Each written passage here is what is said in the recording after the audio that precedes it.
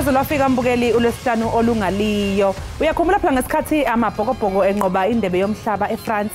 Umengameli wezwe wamemezela ukuthi ke lapha eNingizimu Afrika ngomhla ziyi-15 okuwusuku lanamhlanje kuzoba yiholide. Yilona holiday lelike lanamhlanje. Sidla iholide lama-Springbok.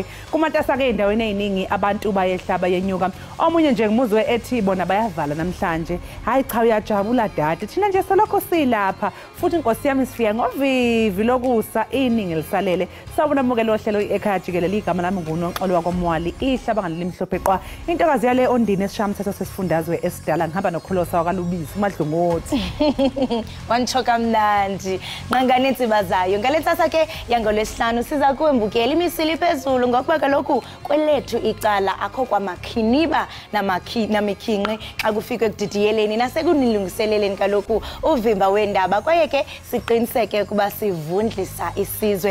Nanje ngokuba ke sezichwechwela kwimpelaveki asinje siphaca senza njengasiqhelo siniphathela ononi nazo zonke ezisemdleni woluntu. Xa sijonga ke elinye lamanqaku esiza kuphathela wona namhlanje avuliwe amanxweme bevaliwe pha kwiphondo la KwaZulu-Natal. Sikhona isimo sezulu, ikhona imidlalo. Bukeli kuzoba mnandi uFriday namhlanje njemlo ke ukholosa kalubisi uMadlungothi uMazipho uMamshukuma umazondwa ngezinto zakhe le inkanyezi. Bukeli masijonge eziphala phambili kule yure.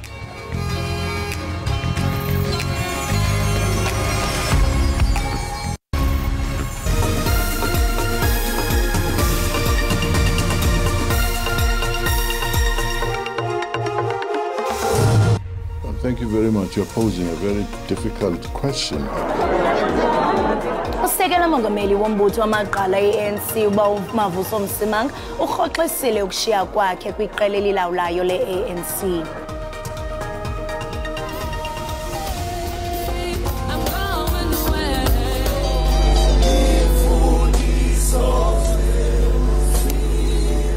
Izolo bekubanjwe inkonzo yesikhumbuzo yomculi ongasekho ubulelwa Mkutukana owaziwa ngelikaZahara. Le nkonzo ibibanjelwe eRhema Bible Church.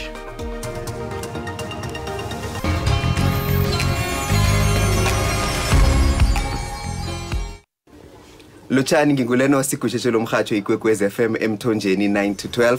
Siyakwamukela ehleleni elitsha likamabonakude lendaba ezinabileko Ekhaya Jikelele. Sikhamba nawe nomsebenzini uthinge esikolweni konke okuhloka kuyokuthola zamba nje siphuma phambili indaba siqahe ngezemidlalo ubujamo bezulu ukuthi na uphuma ekhaya wazi ukuthi umbathe njani. Konke okuhloka ngelimi oluzwisisako la ku SABC News.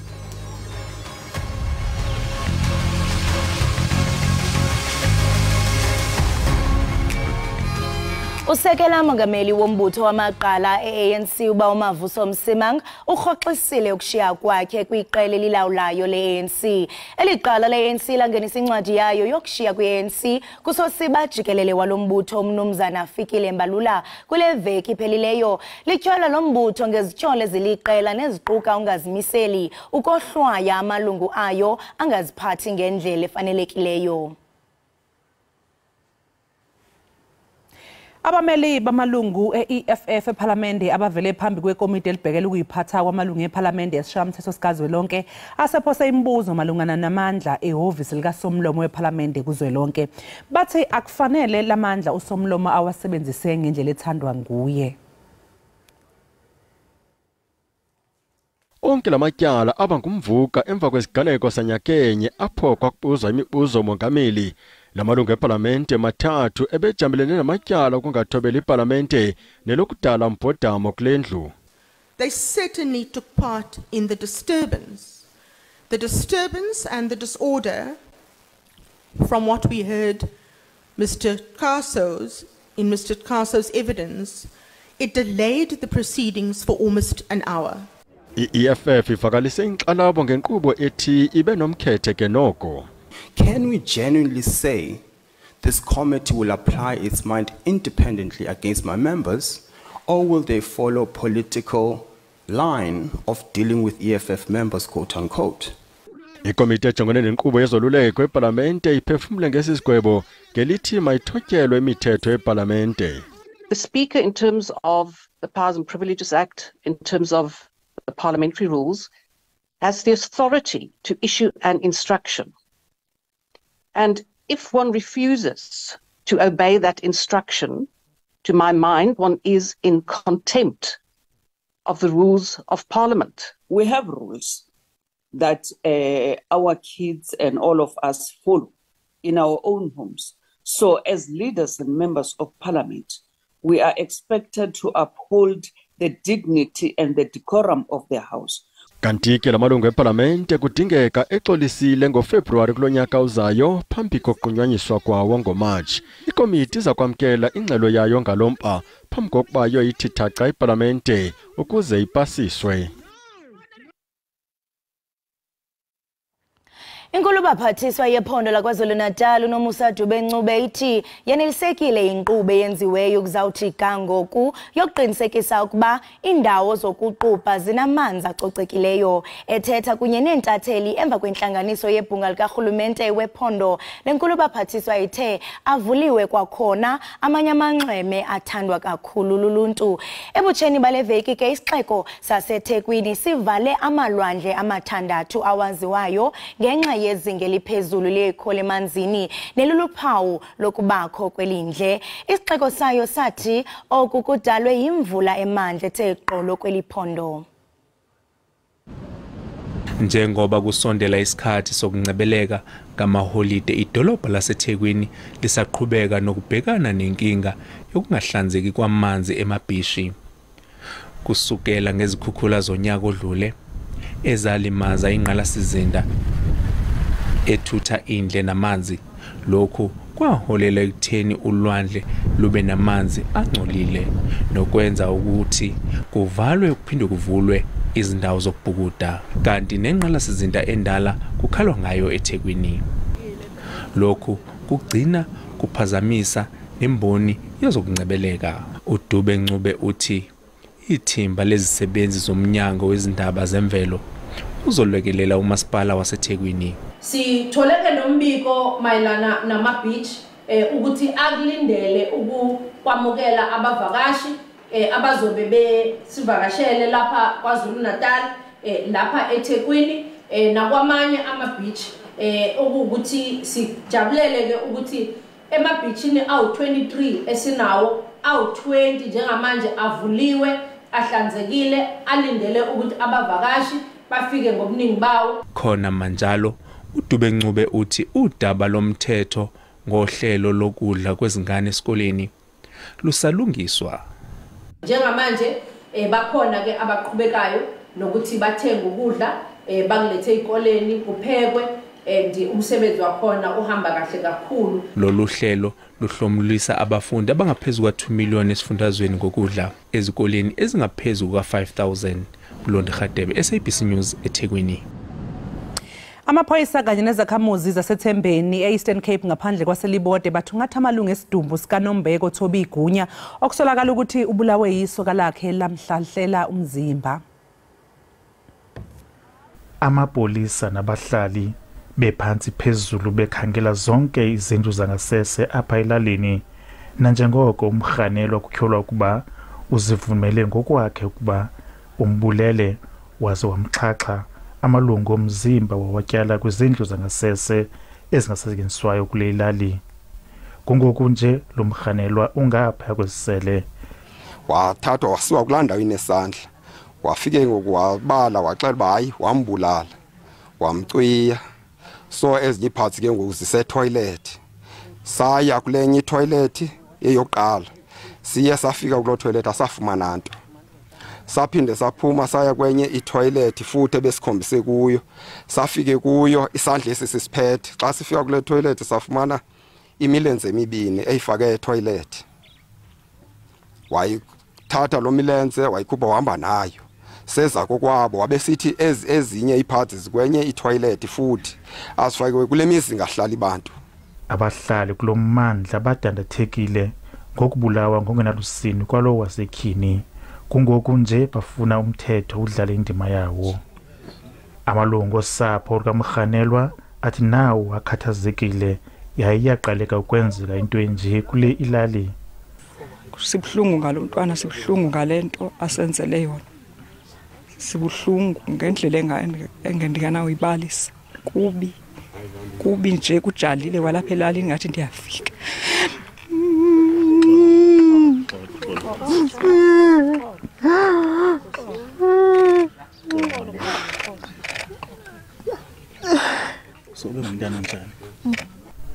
Umkhanelwa kulindeke ukuba avele kwinkundla zamatyala kube kudala. Ndinkululeko Nyembizo, Izindaba ze-SABC, Elibode.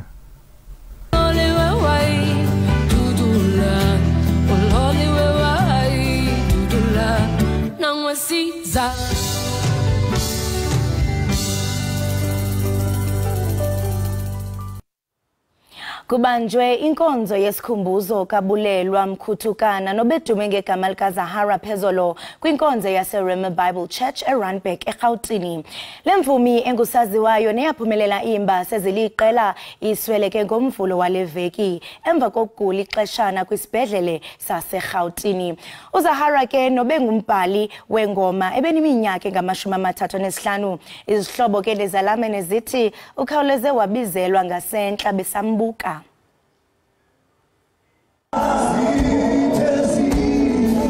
Kukhaliswe ingoma uninzi esele lizixolisa ngazo kwelinxeba linzulu lokushiywa ngubulelwa Mkhuthukana nobesaziwa njengoZahara xa bekuza kuqala inkonzo yakhe yesikhumbuzo eGauteng.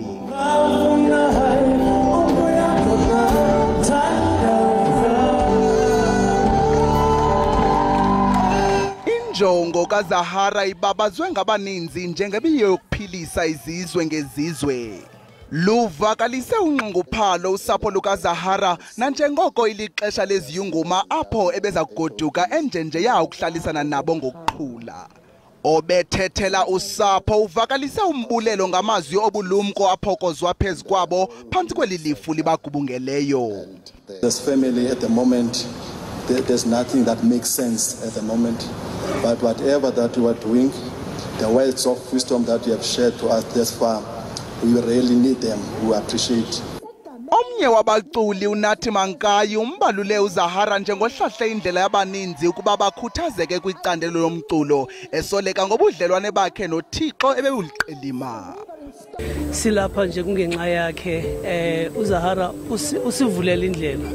Sisenza lento siyenzayo nje sikhuthazwe nguye. uZahara bethanda kakhulu uThixo ebekholwa kakhulu kuThixo.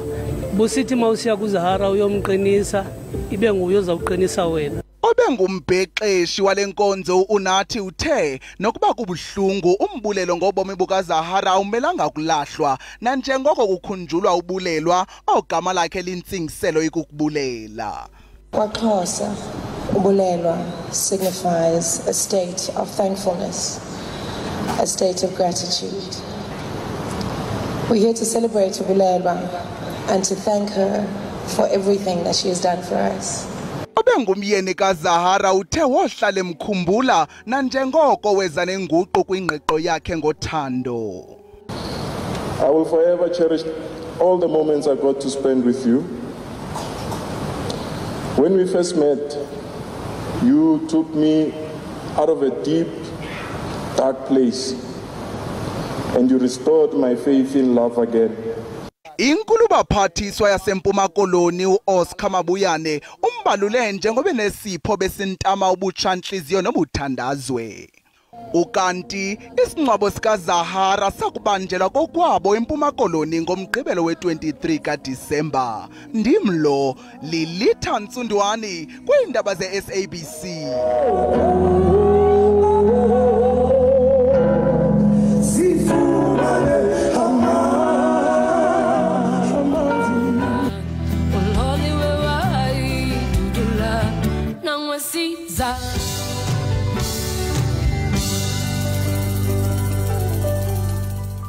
Kanti ke mbukeli mangabe siqhubekela phambili njengoba sesifikile nje isikhathi ke samaholide kuphela konyaka iziphathimandla ziqinise ezokuphepha ezifundazweni ezahlukahlukene njengoba kulendeleke ukuthi unyuke nomthamo weimoto emgwaqeni. Kweli xesha lonyaka umthamo wezithuthi uyenyuka ngokuthe chu apha eFreystata. Isebe lezothutho nokhuseleko loluntu lithi liseke isicwangciso abangenakusichaza esidlangalaleni ngeli xesha leziyunguma.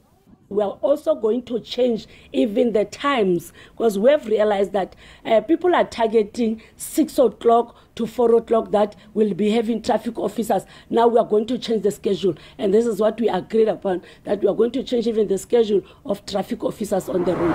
Kwelinye icala kwalapha eMpumalanga kodwa eMbombela ukuqhuba ngokungakhathali ukuqhuba phansi kwempembelelo zotywala nezithuthi ezingekho semgangathweni akusayi kunyanyezelwa. They must ensure that their cars meet all the necessary standards when they come to this province, because if they don't, they must know that we are going to put their car in a special place. Kanti kumasipala iNelson Mandela Bay amagosa ezendlela amisa izithuthi eqinisekisa ngokhuseleko. Silapha ke sijongene nokulwaphulo emthetho ezindleleni, ukuchekisha i-firearms ezingekho semthethweni, ukuchekisha i-suitability yo-driver abaqhuba imoto ngaba balungele oko na. Okugqibela ukuchekisha basuka ngaphandle bangakho semthethweni bangabe basebenzisa le ndlela apha e-Atto Road. Kusenjalo kwalapha eMpuma Koloni eMakhanda isigwebo sokudelelwa kwesicelo senkundla inkampani yebhasi Intercape ngokuchasene namapolisa nesebe lezothutho siza kuvakaliswa kwiveke ezayo ngoLwesibini. Le nkampani ityhola ngelithi kukhona ukusilela kukhuseleko lwe-Intercape abasebenzi bayo nabakhweli kwiziganeko zobundlobongela. Inkampani yebhasi ijongene nohlaselo ingakumbi eMpuma Koloni. Mbukeli njengamanje ake sibheke sibone ukuthi kumi kanjani kwisimo sezulu.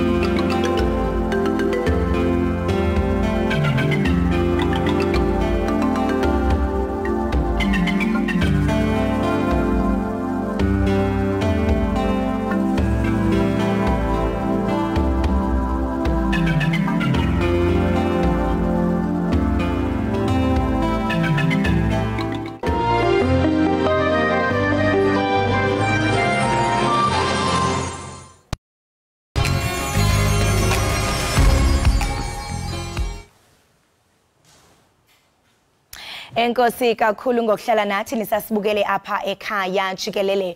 Bukeli ke njengokuba kuqala iholide zehlobo kulindeleke ukuba abantu ke bathontelane besiya kwindawo ngendawo, abanye ke bajongise kumazwe asebummelwaneni. Xhaphakile ke into yokuba kubekho uxinana kwezithuthi kumntu phakathi koMzantsi Afrika neZimbabwe iBeitbridge kwiphondo laseLimpopo. Ngamanye ke amaxesha imoto zifola iintsuku ezimbini zingakunqi, abakhweli ke baphelelwa ngamanzi emzimbeni balambe kwaye ke ngamanye amaxesha bade bafe isiqaqa. Kuva banzi ke ngeenkqubo zeqela elijongene ngemida kweli i-Border Management Authority siqhagamshelana nosekela mkomishanala weliziko uGeneral David Chilembe. General David, masikubulise sikwamkele inkqubeni, simambe ngasibini ngokuba wenze ixesha kunye nathi apha ekhaya Jikelele.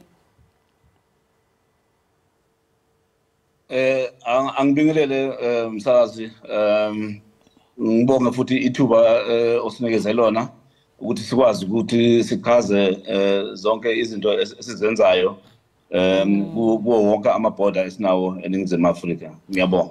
Enkosi kakhulu. Njengosekela mkomishanala siyathanda ufumanisa into bana intoni eyabe kanti ikhokhela kule ngxinano na njengoko kaloku into esihlala siyibona isenzeka minyaka le. Ngaphambi kokuba sibuze ngezisombululo ungakhe nje usixelele unobangela wale ngxaki kuba intoni na? No, ubangela wale ngxaki ukuthi every time kulesikhathi kuba khona abantu abaningi imoto ama-truck amabhasi afika ngesikhathi esifanayo uma befuna ukuya emakhaya abanye kungabavakashi abaya kumazwe esihlobene nawo. That is what the cause of the problem, and also ama-border lawa akhiwa kudala ngendlela akhiwa ngayo akazange akhelwe ubuningi lobo obenzakalayo manje, because okwamanje akubona kuphela abavakashi abahambayo kodwa sikhuluma futhi ney'nkampani eziningi ezihambisa either ukudla zihambisa ezinye izinto kulamazwe lawa esihlobene nawo. Njengoba ke lo mda ophakathi koMzantsi Afrika neZimbabwe niqinisekisa njani ukuba niyasebenzisana noogxa benu baseZimbabwe ngeenjongo zokuthintela ungquzulwano nemiqobo esihlala siyibona minyaka le? Into esiyenzile kulo nyaka ukuthi siqale ukuplana ngawo-October sisenzela amalungiselelo ukuthi sikwazi ukuthi zonke izinto zizohamba kahle kuma-border. Into esiyenzile sihlangene nama-counterparts wethu waseZimbabwe senza ama-plan together ukuze ukuthi into esiyenzayo ngapha eSouth Africa kube into abayenzayo nabo on the other side. And siyakwazi ukukhuluma futhi sithi uma ngabe sesiqinene ukuthi asenze kanje vulani ngapho noma kuvule thina ngapha, kodwa yonke into esiyenzayo kube into esemthethweni futhi elandela zonke izinto ezi-part of i-border control. Uye watsho general into yokubana unobangela wokuba sibone ingxinano minyaka le kuba kuyaphawuleka into yokubana ufumanisa into yokubana abaqhubi bezigadla nabantu abaya kwela cala bahamba ngaxeshanye. Ungathi mhlawumbe zeziphi izilumkiso nokuthi uzinikeze abo baza kusebenzisa lo mda ukuze bazilungiselele ngcono ukujongana nemeko abanokuthi bazifumane bephantsi kwayo xa bewela umda we-Bay Bridge? Into esiyenzile msakazi ukuthi we have notified abantu ukuthi i-Bay Bridge akuyona kuphela i-port kufanele isetshenziswe, kodwa sibalumkisile ukuthi kukhona amanye ama-port aduzane nayo i-border le abangayisebenzisa. Futhi okwesibili into esiyenzile senze sibakushisile abantu ukuthi bahambe kusanesikhathi, and into esiyenzile ukuthi uma uzofika lapho ku-port sikwazile ukuhlukanisa abantu laba bazohamba ngeenyawo bazoba nephathi yabo lapho bazohamba khona, ama-truck azoba nayo nendlela yawo abazoyihamba, ney'moto ezinye nje lezi ama-holiday makers nabo futhi sibahlukanisile. So enye into esiyenzayo ama-counterpart wethu nawo eze ngapha ngakithi ukuthi uma sisebenza manje ngoba ingcindezi enkulu kakhulu manje ukuthi ilaba abaphumayo, then bayakwazi ukuthi ama-counterpart wethu eze ngapha ngakithi sisebenze nabo, then ngoJanuary thina sizohamba siyongena ngale ngakubo sisebenzisane kube sort of like a one stop border ukuthi uma udlulile ngapha ngakithi ungabanjelelwa ngakwenye indawo. So those are the plans that we have put in place. Enye into esiyenzile we have increased ama officials sibuyise ama-officials amanye abuya kwezinye indawo sawa-increase senzele ukuthi kuyo yonke indawo lapho kuzobe kusetshenziswa khona ama-passport lawo ma-terminals lawo abe nabantu abasebenza kuwo sonke isikhathi for 24 hours. So those are the things that we have done. Ndiyaziva i-measures enthena bekanti nizibeke etafileni uqinisekisa into yobana oku asikuboni kuqhubeka. Ndiyarhalela ke ngoku ukuva into yokubana xa kungaba khona ingxaki ekhe zakhona ngaphambili ezifana nabantu abazawufa isiqaqa, ufumanisa into yobana abanye bakhathele kuba imoto mhlawumbi ufumanisa into yobana ziye zama emgaqweni phantse iintsuku ezimbini. Ingaba mhlawumbe kuzawuba khona iinkonzo zempilo uqinisekisa into yobana bayabahlangula abantu abanohlelwa zezi zimo enthenda bekanti ndiyazikhankanya. I-operation yethu sidivide kabili. Kukhona lapha sisebenza khona ku-corridor management. In other words, lapha umgwaqo oya towards the border. Kune-plan esiyenzele lokho kuphela ukuthi sizokwazi ukuthi kulezo indawo kuzoba khona inkonzo esizifakile lapho ukuthi ama-ablution facilities nezinto lapha abantu bazothola khona amanzi okuphuza zonke lezo zinto lezo sizenzile and safaka futhi nama-lights ukuthi ebusuku uma kumnyama kube khona ama-lights kukhanye kuleyo ndawo. Then amaphoyisa nalaba abakwa-traffic yibo abazobe be-manager leyo corridor which is towards the border post. Then uma ufika ku-border post nakhona kunalabo abasebenza kule border post. So lama-plans amabili ahlangene, kune-plan, a corridor plan, kune-plan yase-port of entry. So that is what we have done. Like njengoba ngishilo ukuthi siqale ukuplana lento ngo-October. Siplana namaphoyisa, siplana nabo bonke abasebenza kuleyo ndawo, amasotsha, ama-traffic, then nalaba abaka-border management abazobe bona besebenza phakathi ku-port of entry. Ukuba kunokwenzeka mhlawumbe kube khona ingxaki ezikhe zafana ngaphambili, enye into endithanda ukuyifumanisa into yobana abanye barhanele into yokubana ukungabikho kwamaxwebhu afanelekileyo kwabantu abazaba semdeni ngunobangela wale ngxinano, kangangokuba kwade kwaphakanyiswa ukuba kuguqulwe umgaqo siseko malunga nayo Immigration Act. Ingaba ikhona imfuneko yoko? Ikona imfuneko ngoba manje angithi as we are continuing khona izinto esizifundayo ekuma lessons learned and every time we must bona ukuthi nazi izinto ezihluphayo bese siyakwazi ukuthi sizichange. Kodwa zikhona into eziningi kakhulu njengoba usho nje ku-issue ye-changing of the Immigration Act or amending it. Sibhizi ngaleyo process leyo, kusafanele ukuthi ihambe ku-parliamentary processes until ize i-approve lapho.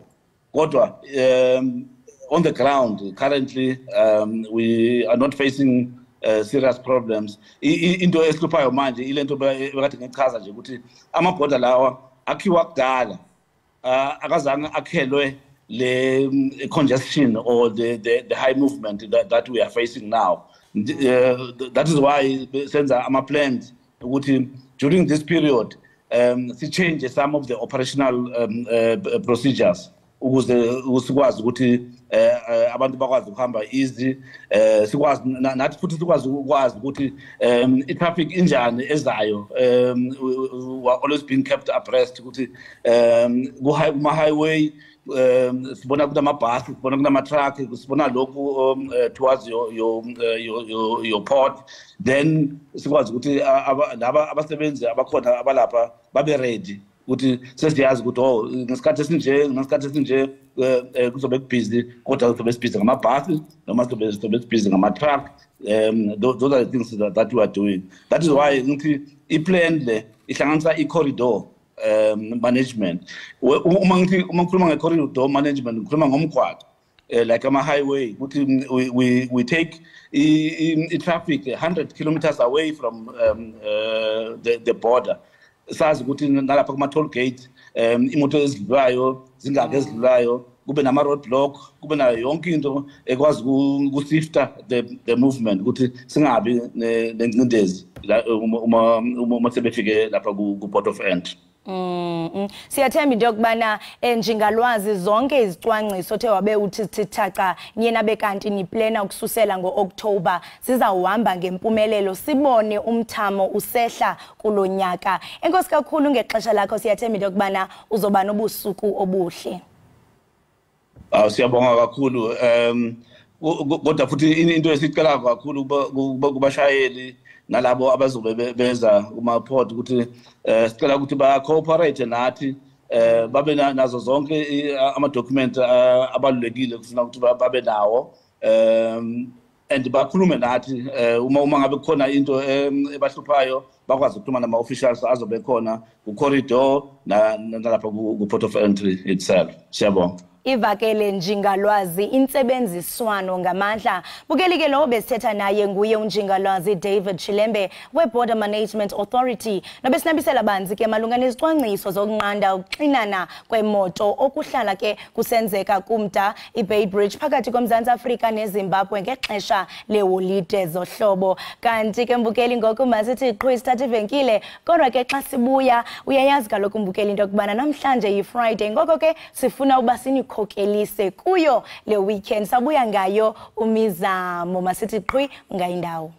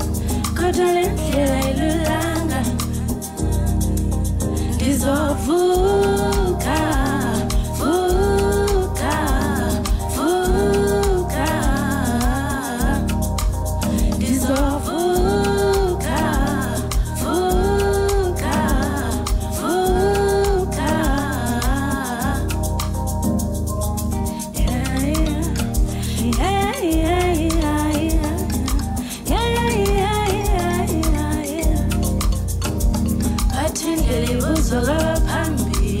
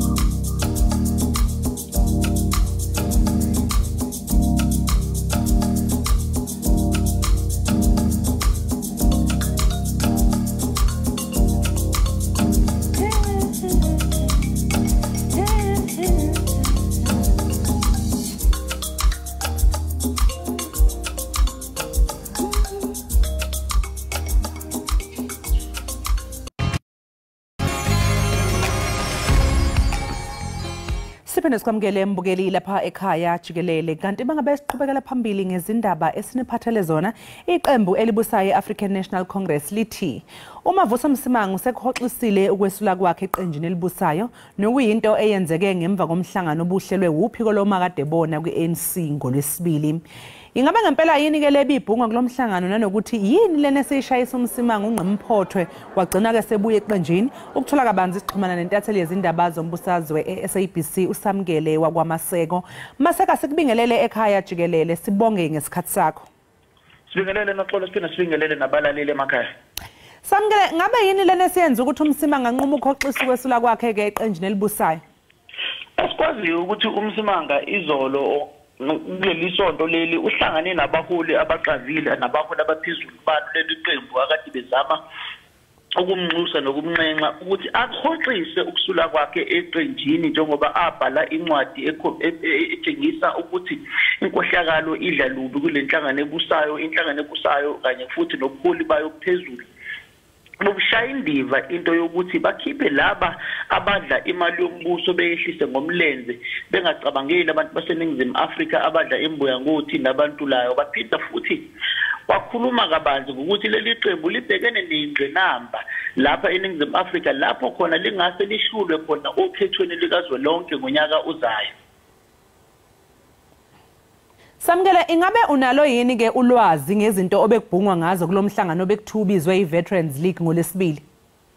Esikwaziyo ukuthi umongameli weVeterans League usinikizekala la yena lo mongameli omakade bayibona bomzabalazo waphatheka kabuhlungu iphini lakhe uMavuso Msimangu mayisesula kuleli qembu wahamba wayomnxusa ukuthi angasuli kuleli qembu aqhubeke ebengaphakathi eqenjini lo mhlangano waba ngesonto elidlula ngomgqibelo emva kokuthi uMsimanga ngolesihlanu ebhalele yancwadi eyisula khona eqenjini lokho kwadala khona ke ukuthi labo makade bebona bomzabalazo beyekena beyomncenga bekhulume naye kwaba namahlebezeki ukuthi uyahamba kuleli qembu elibusayo uyojoina iqembu lakhe ke uRoger Jardine onaye wayumzabalazo waseningizimu Afrika futhi wayekade isikhulu esiphezulu sase First Rand Bank waphinda futhi waba isikhulu esiphezulu sesinye sabasakazi abakhona lapho eGoli abazimele.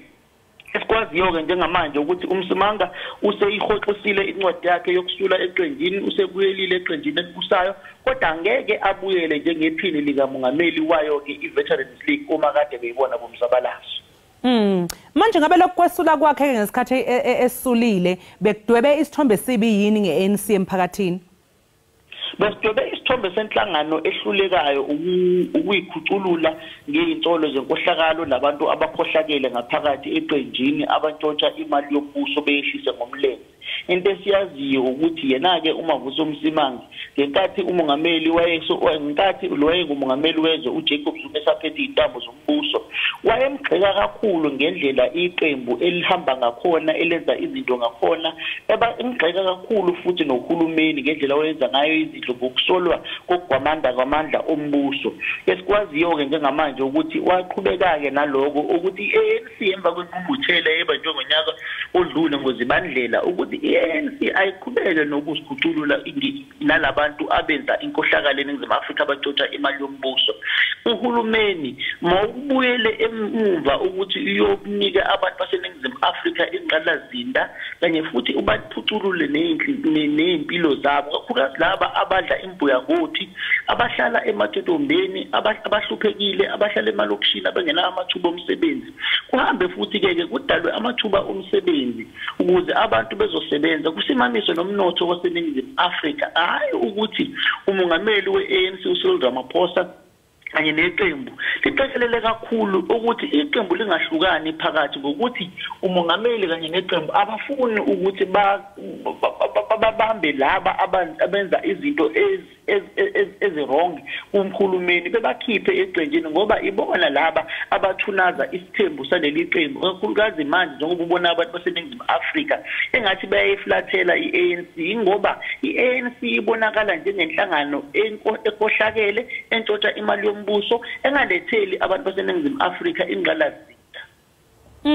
Manje Samngele ingabe uMsimangu mhlawumbe ubone ukuthi iqembu lakhe iANC lisengalungiseka yini liyeke lezinto abekhala ngazo kufaka phakathi lenkohlakalo okhuluma ngayo?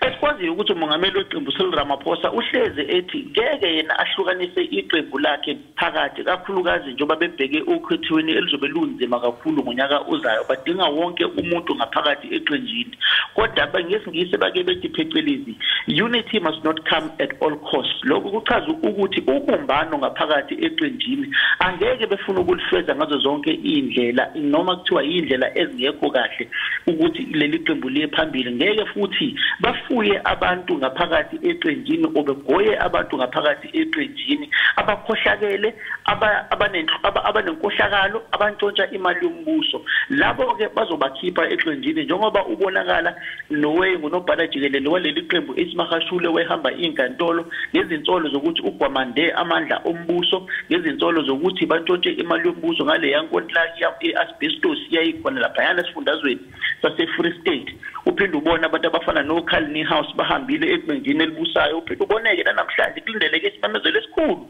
esesiqhamuka kulowe ngumongameli wezwe ilapho kusolakala ngokuthi amandla ombuso agwamandwa ngesikhathi sakhe esaphethe izintambo zombuso lokho kutshengisa ukuthi khona ke ANC iyazama ngesingisi yokuthi phecelezi irenewal yaleli qembu ukuthi baqhubeke nayo ukuze bazokwazi ukuzikhuculula ngazo zonke izinsolo zenkohlakalo yabona ke nempi idlalubi phakathi kamongameli wayo ANC nomongameli wezwe Cyril Ramaphosa kanye nalowe ngumongameli wezwe angina emva kwakhe uJacob Zuma njengoba beyisana enkantolo mihla namalanga. Samkele ukuze njeke umbukele ekhaya azi engabe umbalula wathini kanti ngomsimango leyamcasula kangaka ngoba sike samuzwa umsimango ngesikhathi ephawula ngokwesula kwakhe egxeka kakhulu ke nombalula. Ubheka umbalula ngoba uthi isikhundla sonobhala bayo iANC sasibanje abantu abahlakaniphe kabi abafundile abantu abafana nabo oSol Plaatje abantu abafana nabo oDuma Noko wayeumeli ngokufunda abantu abafana naye abantu abajulile kuleli qembu ababephethe lesi sikhundla sobunobhala jikelele uthi mawubheka la liqhamuka khona leli qembu nonobhala jikelele masubheka manje ngaye umbalula ubonakala ngazi ukuthi lehle kakhulu izinga lobuholi kuleli qembu umbalula umbona njengomuntu nje ongahlakaniphile oyibhayizelayo ovela ayikhulumela edlangalaleni engacabanganga kodwa ke naye unobhala jikelele waphinde ngesonto elidlule wahamba sola umsimanga ngokuthi bakhokhelwe izimali ezinkulu igidigidi zamarandi ilaba abaphethe izintambo zomnotho zaseNingizimu Afrika ukuthi banxuse bonke labantu abahola iqembu leANC ukuthi bangenelele leli qembu elisha lakhe uRoger Jardine ukuze bazokhipha leli qembu elibusayo ezintambeni zombuso. Samkelo siyazwa nokuthi akhona ke amanye amalungu eANC abemgxeka kakhulu kumsima ngokwesila kwakhe eqenjini engabe ke wona lawo malungu abemgxeka ngaliphi? Akucacileke kahle ukuthi bemgxeka ngaliphi lokho asikakuboni kahle sizwe kulamasonto azayo mase siyakhona ukuthi kwenzakala kodwa esikwaziyo noxolo ukuthi lona leli qembu libhekene nenamba masekuwa okhethweni ngonyaka uzayo ngoba abantu abakhona kuleli qembu njengamanje akhulukazi laba bakudala ibona ke ababesho ukuthi leli qembu libhekene nenkinga ngokuthi kunabantu abantshontsha imali zombuso kuyena uhulumeni kumele bebakhiphe ngoba balithunaza isithunzi sabo uMavuso Msimangi yena omunye wabo wayekhuluma kakhulu ngenkathi uJacob Zuma esaphethe izintambo zombuso ngalezi zinto zazenzakala kuhulumeni nalo igxathu lalidlalwa yilabantu bakakumndeni wakagubutha osemabhizinisini kakhulukazi usebenza nohulumeni. Sibonga kakhulu ke Samkele ngesikhathi sakho sikufisele nje nosuku oluhle. Sibonga kakhulu noxolo. Lowo ke mbukeli besixoxisana naye uSamkele wakamaseko oyintatheli yezindaba lapha eSABC osemkantshubomvu njengamanje kusojike equ eitolo emva kwekhefu siyabuya.